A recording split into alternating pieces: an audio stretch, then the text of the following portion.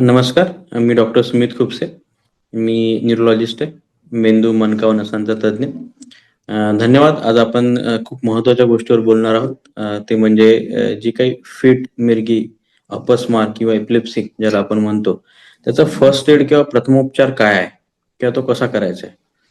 तर फिट, अपस्मार, मिरगी म्हणजे काही नाही तर मेंदूमधल्या ज्या काही कोशिका असतात, त्यांच्यामधली जी काही इलेक्ट्रिकल ॲक्टिव्हिटी असते, ती खूप मोठ्या प्रमाणात वाढून जाते. असामान्य अशा गतिविधी त्यात होतात आणि त्याच्यामुळे व्यक्तीला फिट किंवा मिरगी, अपस्मार याचा दौरा येतो. हे दौरे वेगवेगळ्या प्रकारचे असू शकतात. काही व्यक्तींमध्ये व्यक्ती फक्त एकसारखा असं बघत राहतो. काही वेळा व्यक्ती फक्त भ्रमित झालेला असतो. त्याला पुढचं काय चालू आहे ते आठवत नाही. स्तब्ध होतो काही वेळासाठी. तसंच काही वेळा काही व्यक्तींमध्ये अशा पद्धतीचे झटके येतात, ज्यामध्ये व्यक्तीचे हातपाय वाकडे होतात, चेहरा एका बाजूला जातो, दातखिळी बसते. तर अशा वेळेस व्यक्तीला आपण काय करायला पाहिजे? सर्वप्रथम आपली जी काही प्रतिक्रिया आहे, ती सगळ्यात महत्त्वाची आहे आणि ती याच्यासाठी महत्त्वाची आहे, की त्यामुळे पेशंटला बराच फायदा होऊ शकतो. तर सगळ्यात आधी जे पेशंट आहेत किंवा ज्याला कोणाला असा त्रास झालेला आहे, जो आपल्यासमोर आहे, तो आपला ओळखीचा असू शकतो किंवा अनोळखी किंवा कुठलाही व्यक्ती ज्याला असा एक प्रकारचा आपल्या समोर अपस्मार, फिट, मिरगी किंवा एपिलेप्सीचा दौरा आलेला आहे. तर अशा व्यक्तीला सर्वप्रथम एका बाजूला किंवा डाव्या कुशीवर किंवा कडेवर झोपवायचंय. त्याच्यामुळे त्यांची जी श्वसन नलिका असते ती उघडी राहते, खुली राहते. त्यामुळे त्यांना व्यवस्थित श्वास घेता येतो. अशा व्यक्तींच्या मानेखाली एखादी उशी किंवा कुठलीही मऊ अशी वस्तू द्यायची आहे ठेवण्यासाठी. आजूबाजूच्या काही धारदार वस्तू असतील किंवा अशा वस्तू ज्याच्यामुळे पेशंटला किंवा रुग्णाला इजा होऊ शकते, अशा आपल्याला काढून टाकायच्या आहेत. पेशंटच्या तोंडात कुठलीही गोष्ट कोंबायची नाहीये.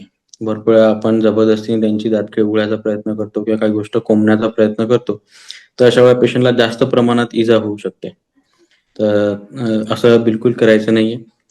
त्यानंतर पेशंटला ज्या काही भरपूर वेळा पेशंटचे जे काही झटके येतात किंवा दौरे येतात, ते जबरदस्ती थांबवण्यासाठी त्यांचे हातपाय पकडले जातात किंवा ते रोखण्यासाठी प्रयत्न केला जातो. असं करायचं नाहीये. त्याच्यामुळे पेशंटला इजा जास्त होऊ शकते. एखाद्या वेळेस फ्रॅक्चरची पण भीती असते.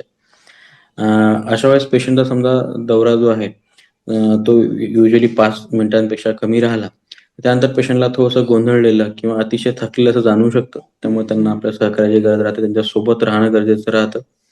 जेव्हा असा दौरा येतो किंवा असा फिट, मिरगी, अपस्मारचा जो काही झटका येतो, अशा वेळेस पेशंटच्या तोंडात काहीही टाकायचं नाहीये. काही लोकं अशा व्यक्तींच्या तोंडात कापूस टाकतात, बोळं टाकतात. काही लोकं पाणी पाजायचा प्रयत्न करतात. असं बिलकुल नाही करायचं. अशा वेळेस पाणी जे आहे ते अन्ननलिकेच्या श्वसन नलिकेत जाऊन त्रास जास्त प्रमाणात होऊ शकतो.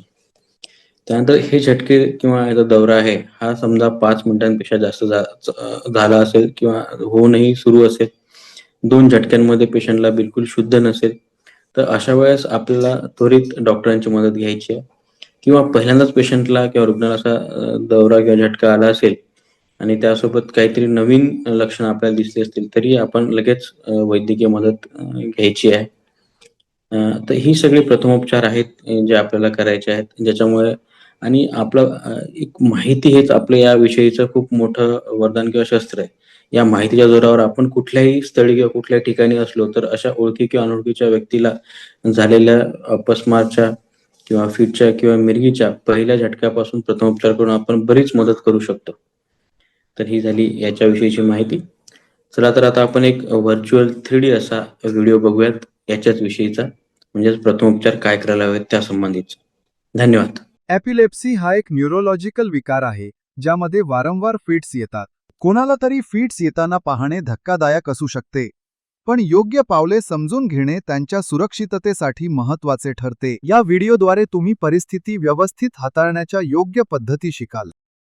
मिरगीचा झटका ही एक अशी समस्या आहे ज्यामध्ये रुग्णाला अचानक आणि वारंवार अनियंत्रित फिट्सचे झटके येतात.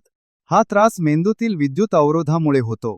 तुमचं प्राथमिक उद्दिष्ट म्हणजे त्या व्यक्तीला इजा होण्यापासून वाचवणे. जर ती व्यक्ती उभी किंवा बसलेली असेल तर तिला हळुवारपणे जमिनीवर पडून राहण्यास मदत करा. फिट्स आलेले असताना त्या व्यक्तीला कोणत्याही कठोर किंवा धारदार वस्तूंपासून दूर ठेवा, जेणेकरून तिला इजा होणार नाही. जमिनीवर पहुडल्यानंतर जमिनीवर आदरू नये म्हणून त्यांच्या डोक्याखाली उशी किंवा दुमडलेला जॅकेट यांसारखी मऊ आणि सपाट वस्तू ठेवा. फिट्स थांबत नसल्यास शक्य असल्यास त्या व्यक्तीला कुशीकडे वळवा. यामुळे त्यांची श्वसन नलिका मोकळी राहते आणि लाळ किंवा उलटी सहज बाहेर पडते. फिट्स किती वेळ राहतात हे घड्याळात पाहणे महत्त्वाचे आहे. कधी सुरू होतात आणि किती वेळ टिकून राहतात हे लक्षात ठेवा. जर तुम्हाला वैद्यकीय मदत मागवावी लागली तर ही माहिती वैद्यकीय तज्ज्ञांना उपयुक्त ठरेल. फिट्स दरम्यान काही गंभीर गोष्टी तुम्ही अजिबात करू नयेत. या व्यक्तीच्या तोंडात काहीही घालू नका. जुने गैरसमज काढून टाका. यामुळे त्यांच्या दातांना किंवा जबड्याला इजा होऊ शकते आणि श्वसन नलिकेत अडथळा येऊ शकतो. तसेच त्यांच्या हालचाली रोखण्याचा प्रयत्न करू नका. फिट्स नैसर्गिकरित्या होऊ द्या, पण त्यांना धोकादायक वस्तूंपासून दूर ठेवा. फिट्स पूर्णपणे थांबेपर्यंत त्यांना अन्न किंवा पाणी देऊ नका. फिट्स थांबेपर्यंत आणि ती व्यक्ती पूर्णपणे शुद्धीवर येईपर्यंत तिच्यासोबत थांबा. फिट्स नंतर त्यांना गोंधळलेपणा किंवा तंद्री जाणवू शकते. यांच्याशी शांतपणे बोला आणि त्यांना धीर द्या. आपत्कालीन वैद्यकीय मदत कधी घ्यावी हे जाणून घेणे आवश्यक आहे. जर फिट्स 5 मिनिटांपेक्षा जास्त वेळ राहिले, जर त्या व्यक्तीला सतत फिट्स येत असतील आणि मध्ये शुद्धीवर येत नसतील, जर फिट्स दरम्यान इजा झाली असेल, जर फिट्स नंतर श्वास घेण्यास त्रास होत असेल किंवा त्यांना पहिल्यांदाच फिट्स आली असेल, तर त्वरित वैद्यकीय मदत घ्या. या सोप्या पद्धती समजून घेतल्यास तुम्ही मिरगीचा झटका येणाऱ्या व्यक्तीला चांगला आधार देऊ शकता. माहिती मिळवत राहा आणि लक्षात ठेवा की तुम्ही शांत आणि योग्य पद्धतीने केलेल्या कृतींमुळे खूप मोठा फरक पडू शकतो.